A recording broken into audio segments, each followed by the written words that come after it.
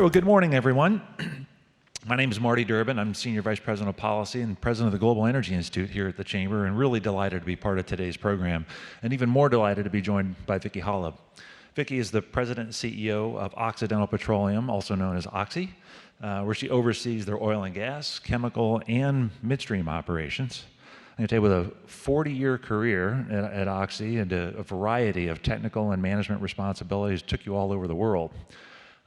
But also worth noting that currently she serves as chair of the World Economic Forum's oil and gas community and as part of the Oil and Gas Climate Initiative, which, if I understand correctly, is a global group of CEOs from the oil and gas industry focused on emissions reductions and other climate initiatives.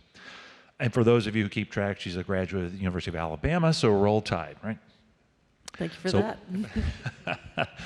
Well, welcome, Vicki. I know we will get into the topic here on the roadmap to the energy transition and technological innovations. But first, we've heard a lot at this event about the opportunities that exist for this partnership between India and the United States. I thought it would be helpful if you could provide a little more a description of Oxy itself and what your near-term interest is in the Indian market.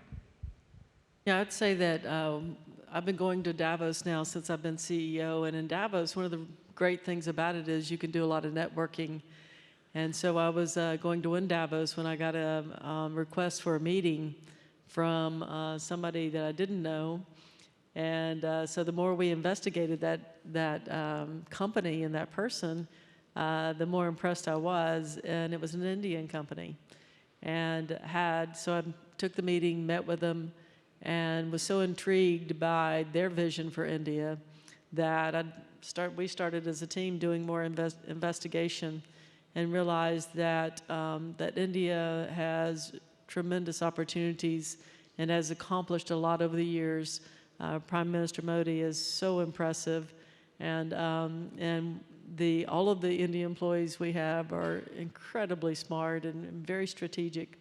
And so we thought that there could be ways that we could partner and help in India as we do in some other countries. And so that's where our idea came about. And again, the more we've learned about it, I recently took a trip over there and went out into the community to see some of the community work that's being done by one of the companies that we talked to. And it's just tremendous, not only how strategic, how technically advanced, and how much they have an incredible work ethic there, but they care about the community, and they want to do things, the companies there want to do things right, and they are doing things right, and they're paying back.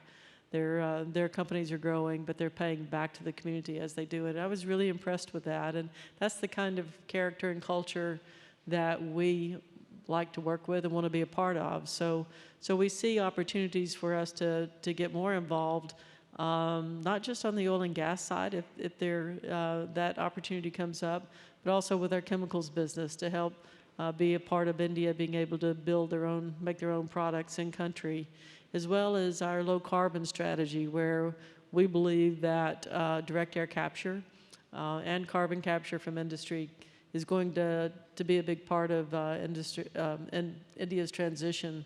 And so we would be happy to be able to get the opportunity to do that. Excellent. Well, let's turn to the transition piece here. I think we were talking last night at dinner with Assistant Secretary Pyatt, and we heard from Amos this morning as well. I'll paraphrase, but the energy transition isn't going to be successful if India isn't a really strong partner here and leans in as they have been doing. So getting to I've often heard you refer to Oxy as a carbon management company now. But if we take a step back, we hear about carbon capture and sequestration, CCS, and I'm not sure everybody really knows what that means or what it is. And I know that Oxy's got decades of experience in using carbon capture and utilizing it through enhanced oil recovery. Maybe describing a little bit about how Oxy's worked in that space and how that's kind of helped focus the direction you've been taking the company. Yeah, I'd say that we've been using CO2 for enhanced oil recovery for 50 years. And enhanced oil recovery is a process where you take CO2, you inject it into an oil reservoir, and it then energizes the oil and helps produce more out of a reservoir than otherwise would be produced. So CO2 provides, just like in a Coke, when you open a Coke and you have that CO2, that energy that comes out, hopefully not with the fluids, but in the reservoir, it kind of energizes it to the point where it does make it pop out of some of the micropores so that you get more oil out of those reservoirs. And in the same process, it has the energy, lowers viscosity. And so enhanced oil recovery is a way to produce more out of reservoirs than you otherwise would, whether it's a conventional or a shale reservoir. So doing that here in the United States has given us a lot of knowledge about how CO2 behaves. And so we know that we have a lot more that we can do. We use for the CO2 for, we actually have a shortage of CO2 for our enhanced oil recovery operations. So that's what kicked off our strategy to find ways to get more CO2. So we naturally evolved into looking at capturing CO2 from industrial sites to get the anthropogenic CO2. But as we saw how difficult that could be and having to work out partnerships to make that happen, we came across a technology called direct air capture technology, which extracts CO2 out of air. And so that is a process that we then realized could enable us to control our own destiny with respect to developing more of that and accomplishing several things from it. One is reducing CO2 out of the atmosphere, which is very much needed since there's 50% more CO2 in the atmosphere today than in pre-industrial times. Reducing that CO2 from the atmosphere is a part of the UN's model, which the IPCC believes has to happen in a big way, otherwise we won't achieve the goal of the Paris Accord. So it's critically important for that. And so with that, we're able to, again, conduct our business in a way that will ultimately, with using that CO2 in oil reservoirs, part of that CO2 for each cycle that you put the CO2 through the reservoir, more of it becomes sequestered so that eventually you can sequester all of the CO2 that you capture. So sequestration in oil reservoirs to us is the way our company, the industry in the world needs to go ultimately to produce oil that actually can be net zero or net negative. And so it's a process that's critically important, we believe, for the transition. So you're taking a technology you've been using for 50 years and now putting yourself at the cutting edge of technology needed to meet the emissions goals. You used the term a net zero barrel of oil, and I know when I first saw that, when you had made that commitment, I thought, well, that's ambitious, and really putting yourself forward there. Maybe describe a little more. What does it mean to have a net zero barrel of oil? I know you've got customers that are buying them as well.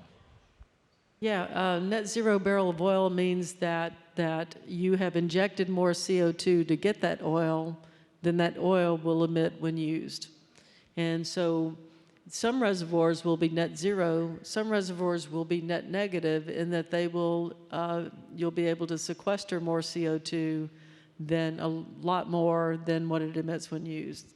So net zero and net negative barrels of oil to us is the least expensive sustainable aviation fluid that the world can make now or even in the future. So it's an important part of the transition.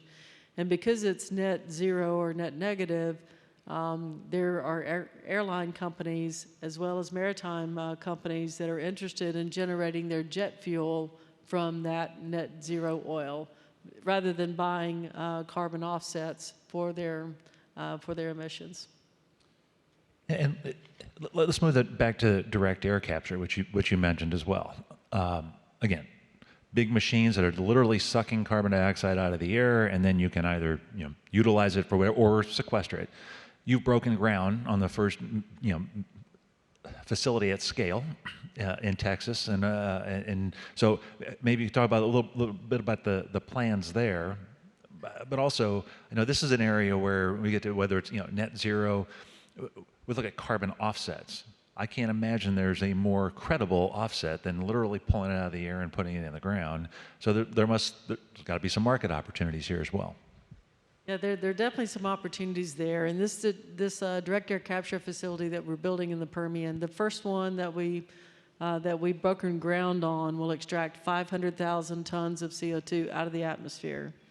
Now, there are some other direct air capture technologies in existence today, but the largest one to date that extracts CO2 out of the atmosphere only extracts 4,000 tons per year. Ours will extract 500,000 for the first plant. Subsequent plants will extract 1 million tons of CO2 out of the atmosphere. And the important thing to know about it in terms of the synergies that our chemicals and oil and gas business have for this direct air capture, and the reason that we can do it, and we think we can do it more economically and technically better than others, is that the fluid used to extract the CO2 out of the air as the air is pulled through a contact tower is a fluid that our chemicals business makes. It's potassium hydroxide, and we're the largest marketer of potassium hydroxide in the U.S., second largest in the world. And the diffusers within the contact tower that make the air mix so well with the potassium hydroxide is made of PVC, and our chemicals business makes the PVC.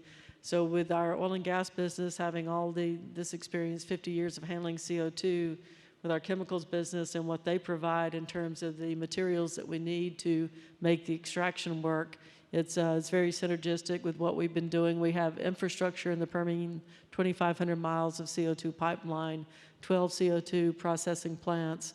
So we have the capability to make this work anywhere. And so that's also our interest in India, is trying to find partnerships where we can make this happen in India in a big way as well. Fascinating technology and opportunity. Getting to the concept of transition, we talk about an energy transition is always out there. I know I've heard you discuss the idea about needing, it's an emissions transition. Again, it's about reducing emissions. It doesn't really matter what the fuel is if there are no emissions with that. I've also heard a concept that instead of energy transition, that we need to be talking about an energy addition because of the growing demand that we're going to see, not just from India, from many other economies around the world. But welcome, you're addressing both the emission side of that and the role you think that Oxy is playing in that broader energy addition. We've got to be able to do both, to provide for the energy security and transition. Yeah, I definitely believe that that what we need to be addressing are the emissions. And I think every country in the world should be able to use their natural resources. You should take advantage of those natural resources to improve the quality of life in your country. And India needs to do this and is doing that.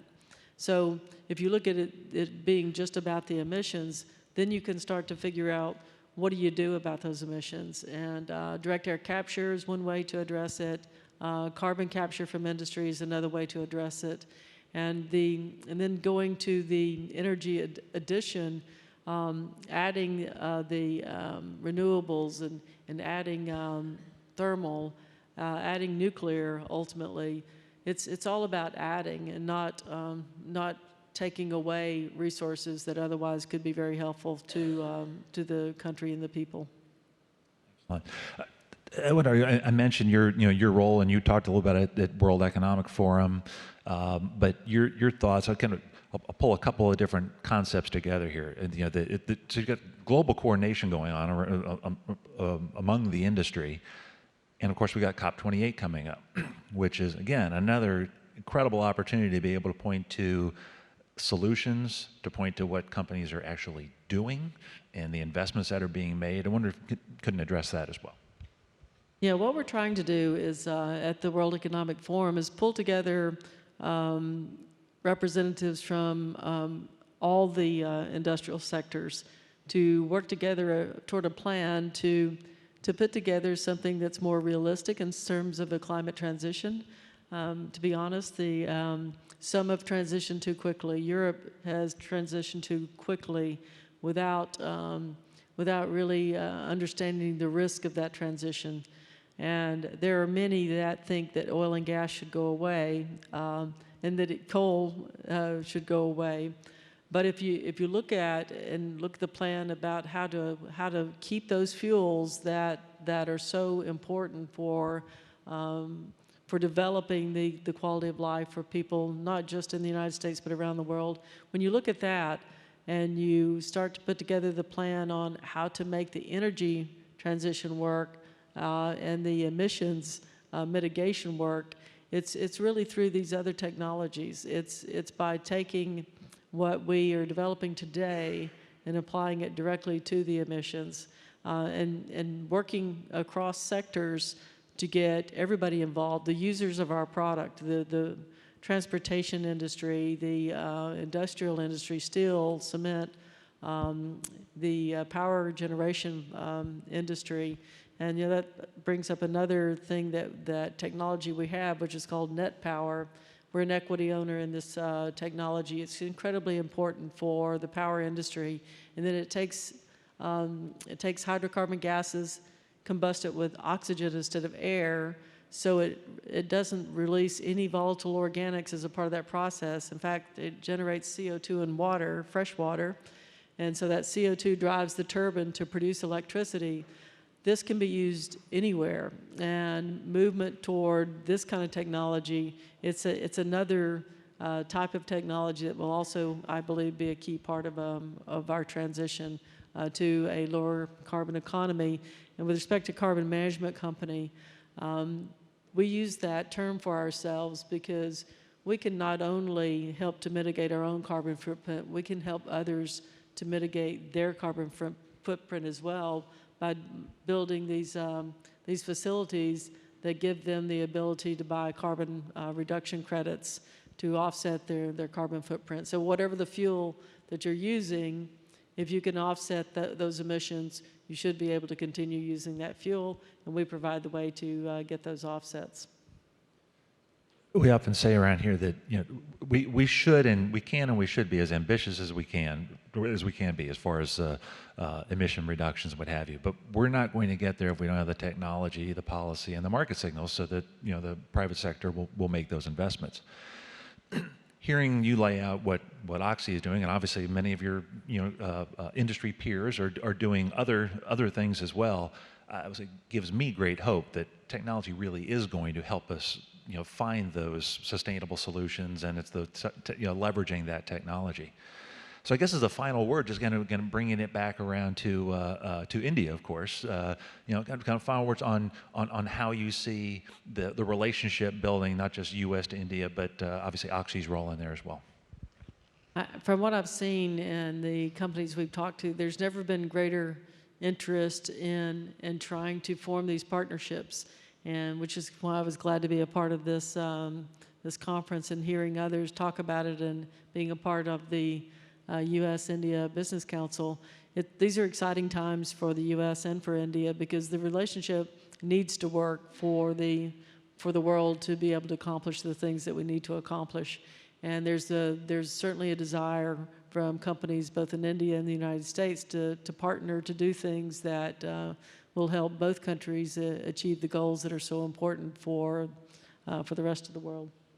Excellent. Well, Vicki, on behalf of the U.S. Chamber, on the India Business Council, really a joy to have you have us here today, and just fascinated to hear everything that Oxy is doing in this space. So please join me in thanking Vicki Hollov for joining us. Thank you.